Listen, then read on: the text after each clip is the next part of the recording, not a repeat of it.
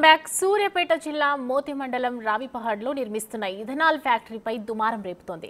Factory నిర్మాణం జరిగితే తాము తీవ్రంగా నష్టపోతామని రైతులు, ప్రజలు ఆవేదన వ్యక్తం చేస్తున్నారు.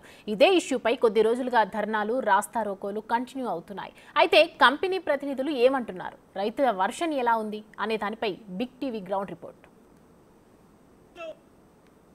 సూర్యాపేట జిల్లా మోతే మండలం రావిపహాడ్ గ్రామ శివారులో NMK biofuel private limited company వారు ఇథనాల్ కంపెనీని ఏర్పాటు చేస్తూ ఉండడం జరిగింది.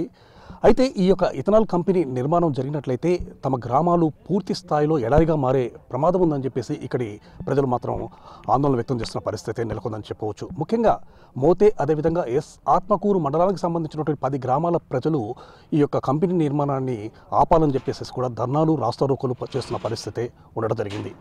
అయితే ఈ యొక్క ఇథనాల్ కంపెనీ నిర్మాణం జరిగినట్లయితే ఎలాంటి నష్టాలు జరిగే అవకాశం ఉంది, ఎందుకు ఈ ప్రాంత ప్రజలు ఈ కంపెనీ నిర్మాణాన్ని అడ్డుకుంటున్నారు, బిగ్ టీవీ స్పెషల్ ఫోకస్ ఇప్పుడు చూద్దాం. రావిపహాడ్లో ఎన్ఎంకే బయోఫ్యూయల్ ప్రైవేట్ లిమిటెడ్ చేపడుతున్న ఇథనాల్ ఫ్యాక్టరీపై స్థానికులు కొద్ది రోజులుగా ఆందోళన నిర్వహిస్తున్నారు. ప్రజాభిప్రాయం సేకరించకుండా అక్రమ మార్గంలో ఇథనాల్ ఫ్యాక్టరీ నిర్మిస్తున్నారని ప్రజలు, ప్రజా సంఘాలు ఆగ్రహాన్ని వ్యక్తం చేస్తున్నారు. ఇథనాల్ ఫ్యాక్టరీతో చుట్టుపక్కల 10 గ్రామాల పరిధిలోని వ్యవసాయ భూములు దెబ్బతింటున్నాయని చెబుతున్నారు. మన పంట ఉత్పత్తి అయితే మీరు మద్దతు ధర ఇస్తారా? ఇవ్వరు. దీనివల్ల ఎవరికి నష్టం జరుగుతుంది? ఈ ప్రాంతంలో ఉన్నటువంటి రైతులకు నష్టం జరుగుతుంది. కాబట్టి మేము అది కాదు, మీ స్పష్టమైనటువంటి మీకు ప్రణాళిక మీ దగ్గర లేదు. ఇక్కడ మొత్తం కూడా ఎస్ఆర్ఎస్పి కానీ, శ్రీరామ్ సాగర్ ప్రాజెక్టు సంబంధించి కానీ, అదేవిధంగా నాగార్జున సాగర్ ప్రాజెక్టు కానీ, అదేవిధంగా బోరు భూములు కానీ ఎక్కువ కొని ఇక్కడ వరి పంట మాత్రం మద్దతు. దీనికి చూసుకుంటే వరి పంటకు ఎక్కువ లాభం ఉంది. దాదాపు మనం అమ్ముకుంటే దాదాపు 60-70 వేల రూపాయలు ఒక ఎకరానికి వరి పంటకు వచ్చే అవకాశం ఉంటుంది. కానీ ఇదే మొక్కజొన్నకైతే కేవలం 40,000-50,000 మాత్రం వస్తాయి. అంటే దీనివల్ల రైతులు ఒక 20,000 రూపాయలు నష్టపోయే ప్రమాదం కూడా ఉన్నదని చెప్పిన వాళ్ళు అనేక మాయమాటలు కూడా చెప్పారు. కానీ ఆ మాయమాటలు మేము నమ్మే పరిస్థితులు లేవు ఇక్కడ రైతాంగం. అయితే ఇంకో విషయం ఏంటంటే భూగర్భ జలాలు అడుగంటిపోతాయని చెప్తున్నారు. కానీ వాళ్ళు ఏమంటున్నారు, మేము పాలేరు రిజర్వాయర్ నుండి వాటర్ తెప్పిస్తున్నాము కాబట్టి భూగర్భ జలాలు ఏమాత్రం అడుగంటే పరిస్థితి లేదు, ఎందుకంటే బోర్లు వేయట్లే కాబట్టి అని చెప్పేసి వాళ్ళు చెప్తున్నారు. అయితే వాస్తవంగా పాలేరు జలాలను తీసుకొచ్చిన చెప్తున్నారు. వాస్తవంగా పాలేరు జలాల నుంచి వాటర్ తీసుకొచ్చిన తర్వాత మరి అందులో ఉన్న వేస్టేజ్ని ఎటు వదులుతారు? ఇక్కడ ఎందుకు ఎప్పుడైనా మేము గతంలో మన ఉమ్మడి ఆంధ్రప్రదేశ్ రాష్ట్రంలో తీసినా కానీ పక్కపక్కన కొన్ని రాష్ట్రాల్లో ఇథనాల్ కంపెనీ ఏర్పాటు చేసే దగ్గర చూస్తే ఎక్కడ కూడా ప్రాజెక్టు దగ్గర, చెరువుల దగ్గర అక్కడే మాత్రమే ఈరోజు ప్రాజెక్టు పెడతా ఉంది, ఈ కంపెనీ పెడతా ఉన్నారు. ఇక్కడ పెట్టిన దాని ప్రధాన ఉద్దేశం ఏంటంటే ఇక్కడ ఒక పక్క వాటర్ తీసుకుంటూనే మరో పక్క దీని వ్యర్థాలను కానీ, దీంట్లో ఉన్న పొల్యూషన్ కానీ, దీనికి సంబంధించిన వ్యర్థాలు వేస్టేజ్ మొత్తం కూడా మళ్ళీ ఆ చెరువుల్లోకి వదులుతారు. దానివల్ల ఇక్కడ ఉన్నటువంటి పశువులు కానీ, మరి జనం కానీ, రైతులు కానీ, చేపలు కానీ మొత్తం కూడా కలుషితమయ్యేటువంటి ప్రమాదం ఉన్నది. అందుకోసం వాళ్ళు ఏమంటారు, లోపల మేము ఏం కాకుండా చేస్తామని చెప్తున్నారు. కానీ ఏం కాకుండా చేస్తామనేది అబద్ధం, అది మాయ మాటలు మాత్రమే. కంపెనీ కనుక ప్రాజెక్టు పూర్తి అయితే ఈ ప్రాంతంలో మొత్తం కూడా మరి దుర్మార్గంగా అయిపోయే పరిస్థితి ఉంటుంది, మొత్తం కూడా సర్వనాశనం అయ్యేటువంటి పరిస్థితి కూడా ఉంటుంది. కాబట్టి వాళ్ళ మాటలు మేము నమ్మేటువంటి పరిస్థితుల్లో లేము ఇక్కడ ఉన్న రైతాంగం. మీరు చెప్తున్నారు ప్రజాభిప్రాయ సేకరణ చేపట్టక ముందే కంపెనీ స్టార్ట్ చేశారని, కానీ వాళ్ళు చెప్తున్న విషయం ఏంటంటే గ్రామసభ ఏర్పాటు చేసినాము, గ్రామసభ తీర్మానం ద్వారానే ఈ కంపెనీ స్టార్ట్ చేశామని వాళ్ళు చెప్తున్నారు. అయితే వాస్తవంగా గ్రామ పంచాయతీ తీర్మానం చేసినమాట వాస్తవం. కానీ వాస్తవంగా గ్రామ సభ అంటే ప్రజలందరూ ప్రజాభిప్రాయ సేకరణ ఉండాలి. ఇక్కడ ఒక కంపెనీ పెడతా ఉన్నాం, ఇక ఈ కంపెనీ ద్వారా ఇంతమంది ఉద్యోగాలు వస్తాయి, లేకపోతే ఇది వస్తుంది, ఇంత మీ గ్రామానికి ఇంత ఇస్తాం. వాస్తవంగా కంపెనీ పెట్టాల్సినప్పుడు కనీసం ఒక 4-5 నామ్స్ ఉన్నాయి. అంటే ఇక్కడ కంపెనీ పెట్టేప్పుడు ఫస్ట్ ప్రజాభిప్రాయ సేకరణ చేయాలి. రెండోది ఏం చేయాలి, ఇక్కడ ఎంతమందికి యూత్కు ఉద్యోగాలు ఇస్తాం ఈ గ్రామంలో అని చెప్పేసి స్పష్టమైన ప్రణాళిక ఉండాలి. మూడోది ఇక్కడ వాళ్ళకు పనిచేస్తున్నటువంటి కార్మికులకు మరి ఎలాంటి సౌకర్యాలు, ఈఎఫ్ కానీ, పిఎఫ్ కానీ అనేక రకాల సౌకర్యాలు ఇస్తారా అయ్యారా అని చెప్పాలి.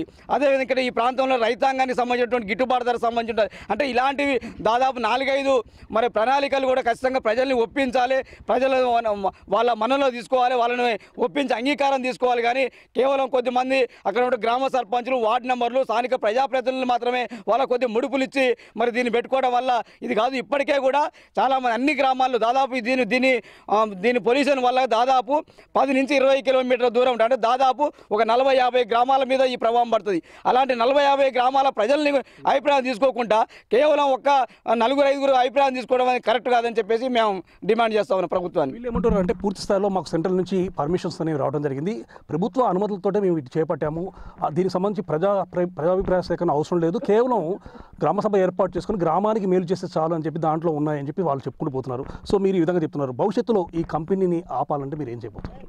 వాస్తవంగా ఇప్పుడు తెలంగాణ రాష్ట్రంలో మొత్తం కూడా 30 ఇథనాల్ కంపెనీలకు ఇప్పటికే కేంద్ర ప్రభుత్వం కానీ రాష్ట్ర ప్రభుత్వం పర్మిషన్ ఇచ్చింది. దాంట్లో ప్రధానంగా కొన్ని ప్రాజెక్టులు ఆల్రెడీ కొన్ని జిల్లాల్లో ప్రారంభమైన వాటి దగ్గర అక్కడ ఆల్రెడీ ప్రజల్లో వ్యతిరేకత వస్తూ ఉన్నది. వ్యతిరేకతే కాదు, దాదాపు గత 2022 ప్రారంభమైనటువంటి కంపెనీలకు సంబంధించిన దాంట్లో కూడా దాదాపు 30-40 గ్రామాలు కూడా మొత్తం తిరుగుబాటు చేసి అక్కడ కొన్నిటిని కూడా ముగించడం జరిగింది. మన ఆంధ్రాలో కూడా చూసిన ఇటీవల కాలంలో మీడియాలో కూడా అక్కడ కూడా ముగించడం జరిగింది.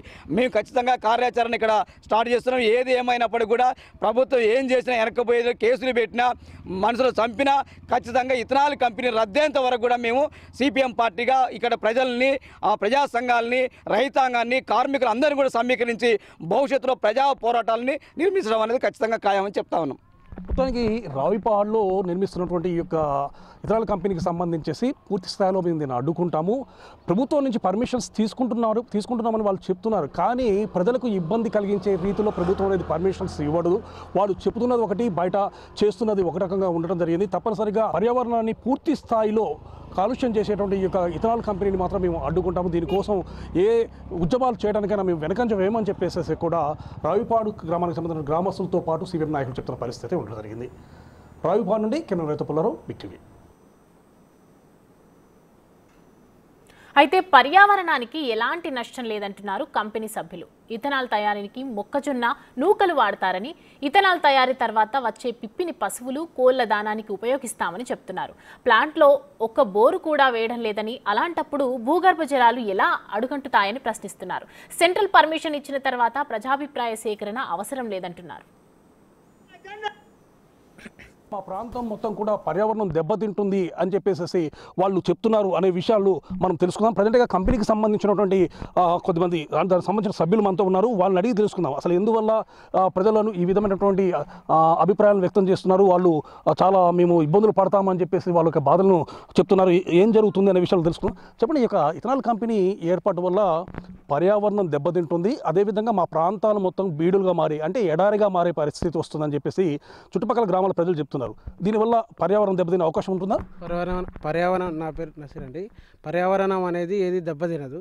ఎందుకంటే ఇందులో ఇది సెంట్రల్ గవర్నమెంట్ నుంచి వచ్చిన ఈ పర్మిషన్ వచ్చిన ఈ కంపెనీ ఇందులో మనం తీసుకున్న వాటర్ని మళ్ళీ రీసైక్లింగ్ చేసి రీయూజ్ చేసే విధంగా కంపెనీని తయారు చేస్తున్నాం.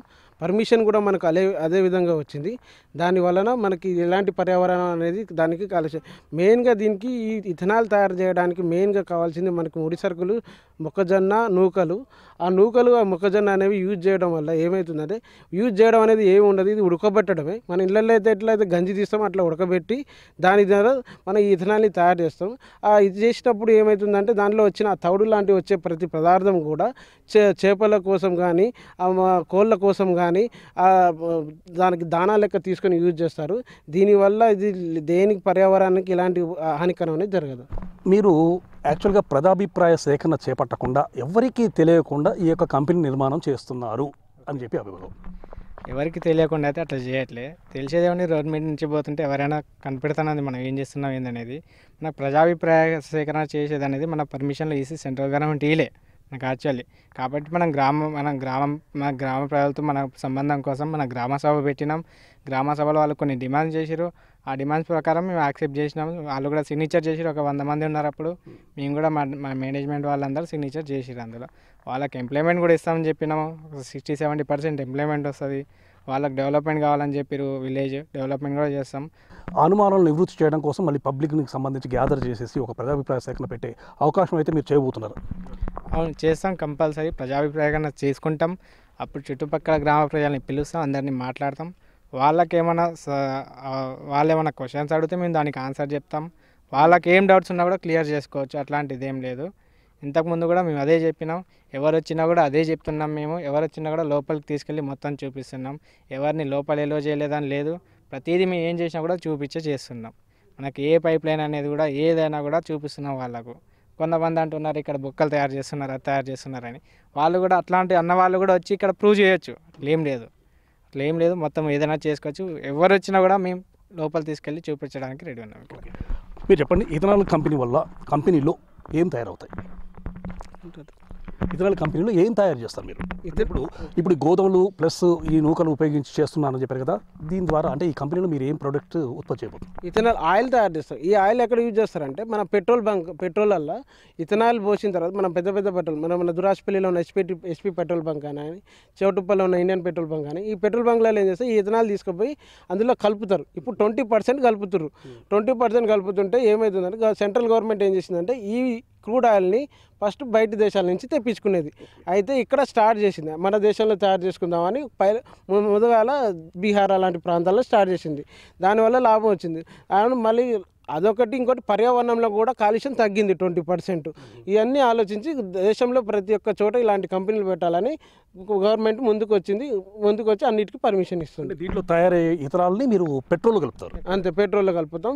అదే మెయిన్ అది. అందులో పెట్రోల్లో కలిపిన తర్వాత ఆ పెట్రోల్ మనకు బయట చిన్న బంకులలో వచ్చి మన అందరం ఏదైతే యూజ్ చేస్తున్నామో అదే పెట్రోల్లో ఉంటుంది. ఓకే, ఇది ఇథనాల్ కంపెనీకి సంబంధించినటువంటి సభ్యులు చెప్తున్న విషయాలు. ఇథనాల్ కంపెనీ వల్ల పర్యావరణానికి ఎలాంటి ముప్పు వాటిల్లదు. ముఖ్యంగా మేము దీనికి సంబంధించేసి నీటిని కూడా పాలేరు రిజర్వాయర్ నుండి తీసుకొని వాడుతుంటాం కాబట్టి ఇక్కడ సంబంధించేసి ఎలాంటి బోర్లు వేయము కాబట్టి భూగర్భ జలాలు కూడా అడిగంటే అవకాశం లేదు. అదేవిధంగా కంపెనీ నుండి ఎలాంటి వ్యర్థాలు బయటకు వచ్చే అవకాశం లేకపోవడం వల్ల పర్యావరణం అనేది ఎలాంటి దెబ్బతినే అవకాశం లేదు, పర్యావరణానికి ముప్పు వాటిల్లే అవకాశం లేదని చెప్పి కూడా వాళ్ళు చెప్తున్నారు. ముఖ్యంగా ఈ యొక్క కంపెనీని ఎస్టాబ్లిష్ చేసింది ఇథనాల్ తయారు చేసి ఆ యొక్క ఇథనాల్ని పెట్రోల్లో కలపడం వల్ల పెట్రోల్లో కలపడం కోసం ఈ యొక్క ఇథనాల్ని ఉపయోగిస్తారు. దీని నుంచి సెంట్రల్ గవర్నమెంట్ కూడా ఈ యొక్క కంపెనీలను ప్రోత్సహిస్తూ వస్తూ ఉండడం జరిగింది. ఎందుకంటే పర్యావరణానికి హాని కలగనటువంటి కంపెనీలను ఏర్పాటు చేయడం వల్ల ఎవరికి ఎలాంటి ఇబ్బందులు తలెత్తవు, ప్లస్ చాలామందికి కూడా ఉద్యోగ అవకాశాలు కలిగే అవకాశం ఉంటుందన్న ఉద్దేశంతో సెంట్రల్ గవర్నమెంట్ ఈ యొక్క కంపెనీలకు పర్మిషన్ ఇస్తుందని చెప్పేసి కూడా కంపెనీకి సంబంధించిన సభ్యులు చెప్తున్న పరిస్థితి ఉంది. రావి పహాడ్ ఇథనాల్ కంపెనీ నుండి కెమెరామెన్ రవితో పుల్లారావు, బిగ్ టీవీ. ఒకవైపు ఫ్యాక్టరీ రద్దు చేయాలని ప్రజల నిరసనలు, మరోవైపు ఎలాంటి నష్టం లేదంటూ క్లారిటీ ఇస్తున్నారు కంపెనీ సభ్యులు.